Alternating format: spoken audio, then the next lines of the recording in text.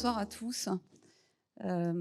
Merci pour la qualité de ces interventions. Ça m'a inspiré pas mal de choses qui n'étaient pas du tout des choses que j'avais prévu de dire, mais si vous m'autorisez, parce que au fond, ce que je trouve assez intéressant, c'est qu'on est venu pour parler du bâtiment durable et finalement toutes les réflexions nous ont amené à réfléchir en réalité sur des modes de vie durables. Quelle est la vie durable que nous souhaitons avoir et finalement, ça nous amène à nous poser des questions, en effet, sur la démographie, sur l'équilibre entre la place du bureau, la place du logement, quand on s'interroge sur finalement comment, très en amont dans mes conceptions, je peux intégrer d'ores et déjà le monde du vivant, que c'est pas quelque chose en plus, mais c'est d'ores et déjà intégré très tôt. Comment fondamentalement, et on l'a vu avec tous les sujets notamment sanitaires, et vous nous l'avez bien démontré, Monsieur Pic, sur effectivement les services que rendent les uns et les autres dans les services écosystémiques. Forcément, nous, ça nous interroge sur comment on peut faire cohabiter les fonctions urbaines et les fonctions écologiques d'un territoire. Donc, en fait, on tire sur la pelote et fondamentalement, ça nous amène à concevoir un nouveau mode de vie. Ça m'a rappelé un livre que j'avais lu sur l'économie des satisfactions et qui était assez intéressant parce qu'il pose la question sur la construction notamment de la ville, de comment je tire parti du capital, mais du capital humain, du capital culturel, du capital historique, du capital nature. Et finalement, à partir du moment où on commence à donner de la valeur aussi, ce qui n'est pas toujours facile à donner de la valeur en euros, mais en tout cas, si on arrive à lui donner une valeur sous une forme ou sous une autre, en effet, ça nous amène à réviser la construction de la ville de façon un peu différente. Voilà, enfin, c'est tout ce que m'ont inspiré, en tout cas, vos propos, vos témoignages, qui étaient de grande qualité. Et pour ça, je voulais vous remercier, donc déjà les intervenants. Je voulais remercier, vous n'échapperez pas au moment des remerciements, hein, c'est normal, je conclus, je fais des remerciements, mais il n'y aura pas que ça, mais je voulais remercier les différents participants. Merci à vous d'être venus vous joindre à nous ce soir pour fêter cet anniversaire. Je souhaite également remercier Ouzbek Erika pour nous avoir accompagnés sur cet événement. Et puis au quotidien, nous travaillons, je tiens à les remercier, avec les équipes du bureau de l'OID, avec le conseil d'administration de l'OID, naturellement avec l'ensemble des salariés de l'OID qui se sont mobilisés pour cette soirée, pour cet anniversaire, comme ils ont l'habitude de se mobiliser pour se mettre à votre service au quotidien sur les différents services que peut proposer l'OID. Et puis, je ne peux pas m'empêcher d'avoir une pensée, un remerciement, une félicitation spéciale pour Loïs. Parce que Loïs, déjà merci pour avoir organisé cette soirée, mais Loïs, je dois surtout le remercier pour, je pense qu'on l'a ressenti à travers vos différents témoignages, l'énergie indéfectible, l'engagement constant avec lequel il a depuis des années mené sans relâche sa mission. C'était quand même assez culotté, il y a 10 ans, de créer l'Observatoire de l'immobilier durable. À cette époque, Loïs, on peut le dire, a fait preuve d'audace, a fait preuve de vision. Et si je peux vous rassurer, aujourd'hui encore, il fait toujours preuve d'audace et de vision, il n'en manque pas. Force est de constater...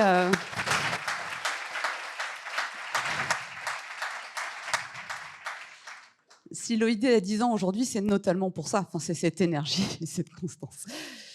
Parfois, il a la tête dure, mais c'est pas grave. On y va. Quand même un petit coup de latte. Hein. Un petit peu. Force est de constater que ce qui semblait un peu exploratoire pour certains, ou précurseur pour d'autres à l'époque, tous ces sujets aujourd'hui sont au cœur de l'actualité et des préoccupations de chacun d'entre nous. On l'a évoqué, que ce soit le bâtiment durable, la finance responsable, l'adaptation au changement climatique, la sobriété énergétique, le carbone, la biodiversité, l'économie circulaire, l'évolution des modes de vie, etc. Enfin, le champ est infini. Et tous ces thèmes ne sont plus du tout des thèmes exploratoires. Tous ces sujets d'études et de partage au sein de l'OID relèvent désormais de priorités de court terme pour chacune de vos entreprises. Elles font l'objet de réglementations. Elles suscitent les interpellations de multiples parties prenantes, que ce soit les clients, les actionnaires, les financeurs, les collaborateurs et même l'opinion publique. Et tout ça rend les choses un peu complexes.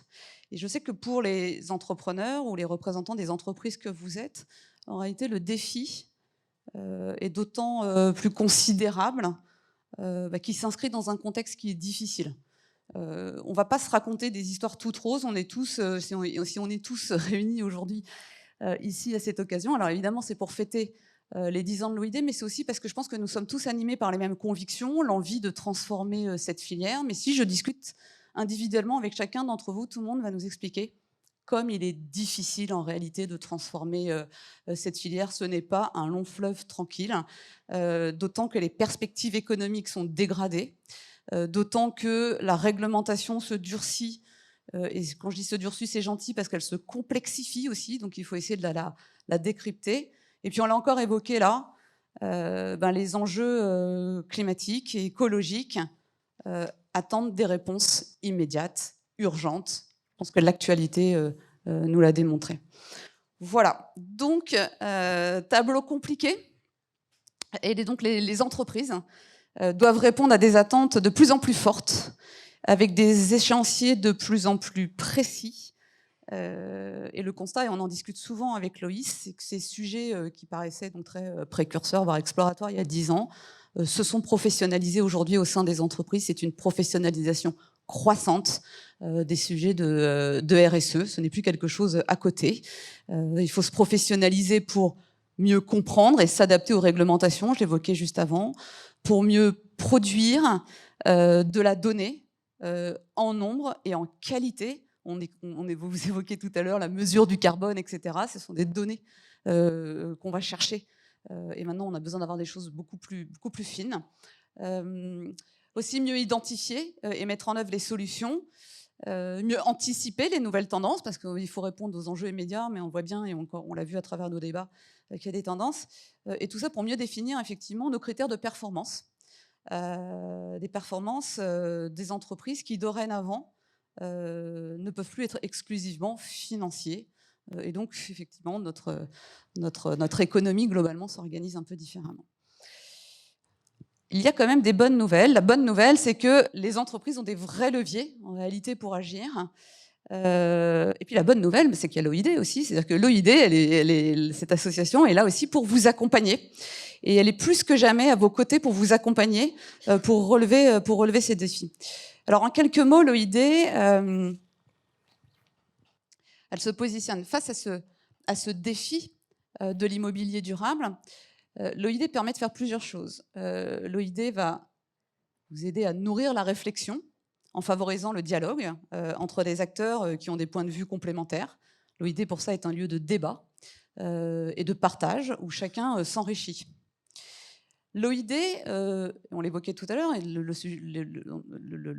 le métier se professionnalise, on a besoin d'avoir des compétences, des éléments. L'OID met à disposition des ressources de grande qualité, des études, des outils. L'OID mutualise toutes ces productions. Et donc pour vous, c'est un vrai pool de ressources à votre service. L'OID, aujourd'hui, pèse également dans le débat des normes, et on l'a évoqué, je ne reviendrai pas dessus. Annelise Deleron l'a très bien dit dans sa vidéo. L'OID est aujourd'hui considéré comme un acteur de référence dans la filière. Et puis, l'OID ne peut pas oublier son ADN, et l'OID va poursuivre ses approches exploratoires. On l'a vu, l'exploratoire d'aujourd'hui pourrait bien devenir le réglementaire de demain. Et donc c'est important pour ça. L'OID est aussi un défricheur. Je m'arrêterai là juste pour conclure. Je veux juste dire aux entreprises, aux élus, aux institutionnels qui sont dans la salle, la conscience que nous avons de l'ampleur de la tâche à accomplir pour réussir à relever le challenge d'un immobilier plus durable. Mais face à ces enjeux qui sont bien plus grands que nous, je suis convaincue, et je sais que vous l'êtes parce que sinon vous ne seriez pas là aujourd'hui, que le succès va résider dans la force du collectif et dans notre capacité à être productif et à être créatif ensemble. Et peut-être un dernier mot, je vais en profiter pour dire ma totale confiance dans la capacité des équipes de l'OID à vous accompagner. Je les vois évoluer au quotidien et je peux vous dire qu'ils sont formidables, ils sont travailleurs, ils sont provocateurs juste ce qu'il faut, ils sont professionnels, avec des belles valeurs et puis quelque chose de très important, avec au fond d'eux un profond sens de l'intérêt général.